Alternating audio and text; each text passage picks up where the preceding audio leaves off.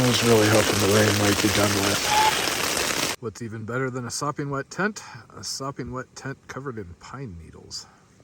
Also, unfortunately, my sleeping pad was wet and basically had mud on it on both sides. I could figure out how to get it clean once I was in camp, so I basically just used my rain gear to cover it, because my rain gear was only a little wet on the inside. I'm just sitting here enjoying a third cup of coffee, which is a rare thing these days, but I was tired of being wet and cold yesterday. I do have some sunlight, but it's not going to dry stuff off in time. When I got here last night, everything was pretty wet. You know, moisture management worked about as well as can be expected during an extended thing like that. Basically, my base layers were so wet, I knew the only way to dry them off was wear them. So I actually did not change into my sleeping clothes, which made for a kind of chilly initial couple of hours. But that's the only way I've ever found to dry clothes off. And for anybody who says, oh, you should have started a fire, A, burn restriction in the area. B, you have no idea how many clothing, shoes, etc. I have seen people burn trying to dry them. You can do it, but it almost never works.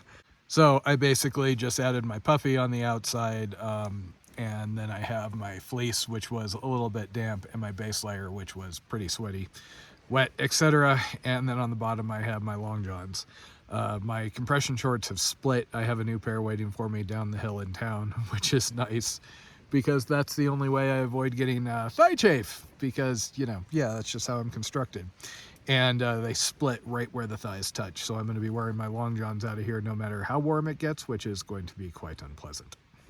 I messaged Taters via InReach and told her, yeah, I'm going to have to get a hotel in Grand Lake. I was going to see if I could get close enough, if I had time to get into Grand Lake, get my package, repack, and then I have to get 8 miles south of there before I can camp legally due to the national park restrictions. That really isn't going to happen. And it might rain more today, and I don't want to be repacking in the rain particularly. So gonna splurge and get a hotel, and then I'll be off towards Breckenridge tomorrow morning. Everything was so damp down here at night, I could see the steam coming off me out the door as I was cooking breakfast, or cooking dinner actually, and the top of my sleeping bag was getting wet. I do use down sleeping bags. They are not as sensitive to moisture as I've heard people fear.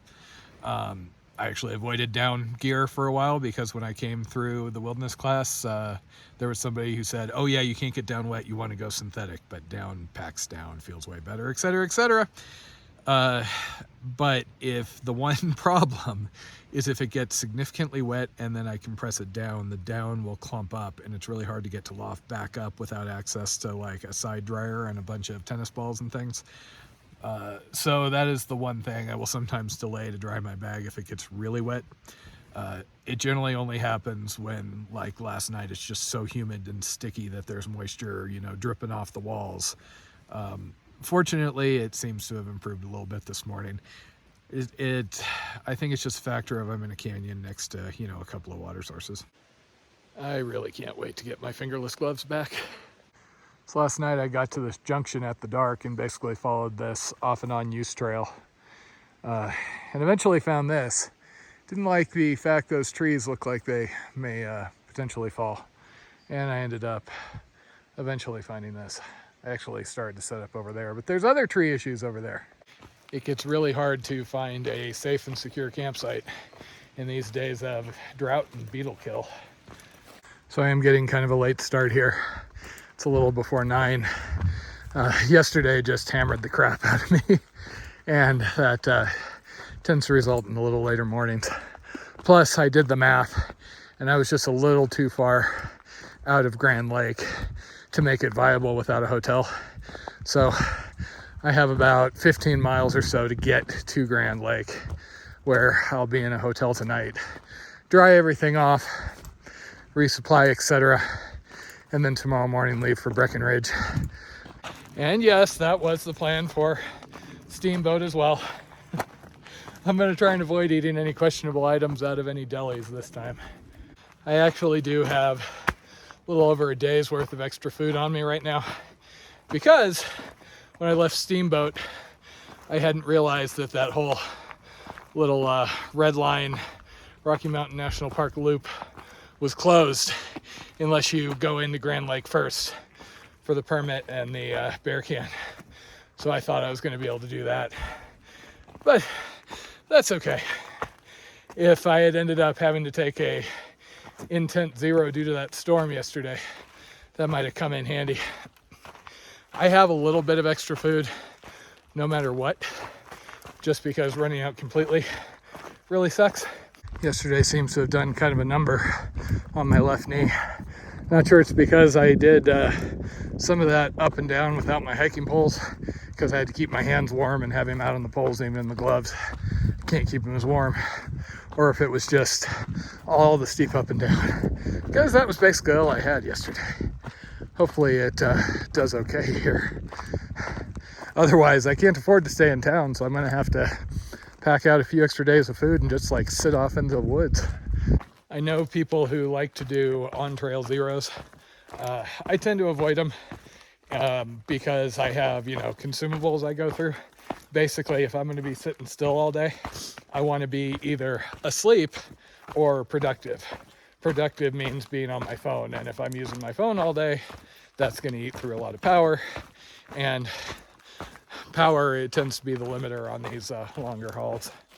It would stress me out like you wouldn't believe, sitting there relaxing and then keep thinking of, oh, I should do this. Oh, wait, no, I'd use the phone. I need to keep it off. Oh, wait, I need to do, oh, damn it.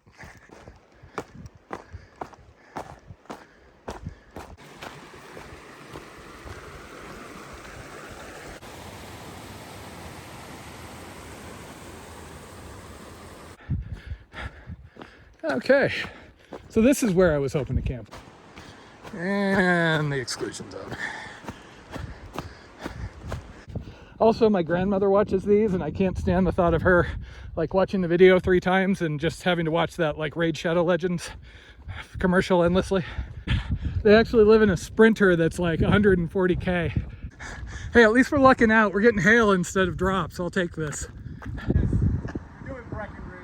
Thanks to running into fellow Southbounder cruiser again, I ended up talking the entire way into town and making really good time.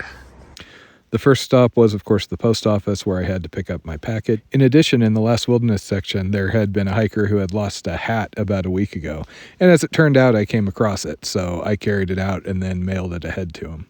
And then, of course, the second priority was getting hot food. That's what he said, but... We ended up hitting the World's End Brew Pub and getting lots and lots of hot food and some decent beer. Afterwards, we tromped through the now-arrived rain and split up for our individual hotel rooms. Since I'd been wet for a couple of days, I actually jumped into a hot tub and drank some coffee until it was time to get chores done.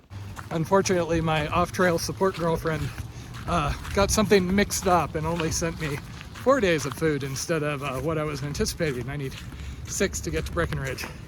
So I had to get creative in a small market. Kind of nice here now that the rain stopped. While normally when I'm in a hotel, I take great lengths to not venture out, there was no delivery in town, so I ended up having to run out for dinner. It wasn't a total waste though, as I noticed there was a liquor store downtown.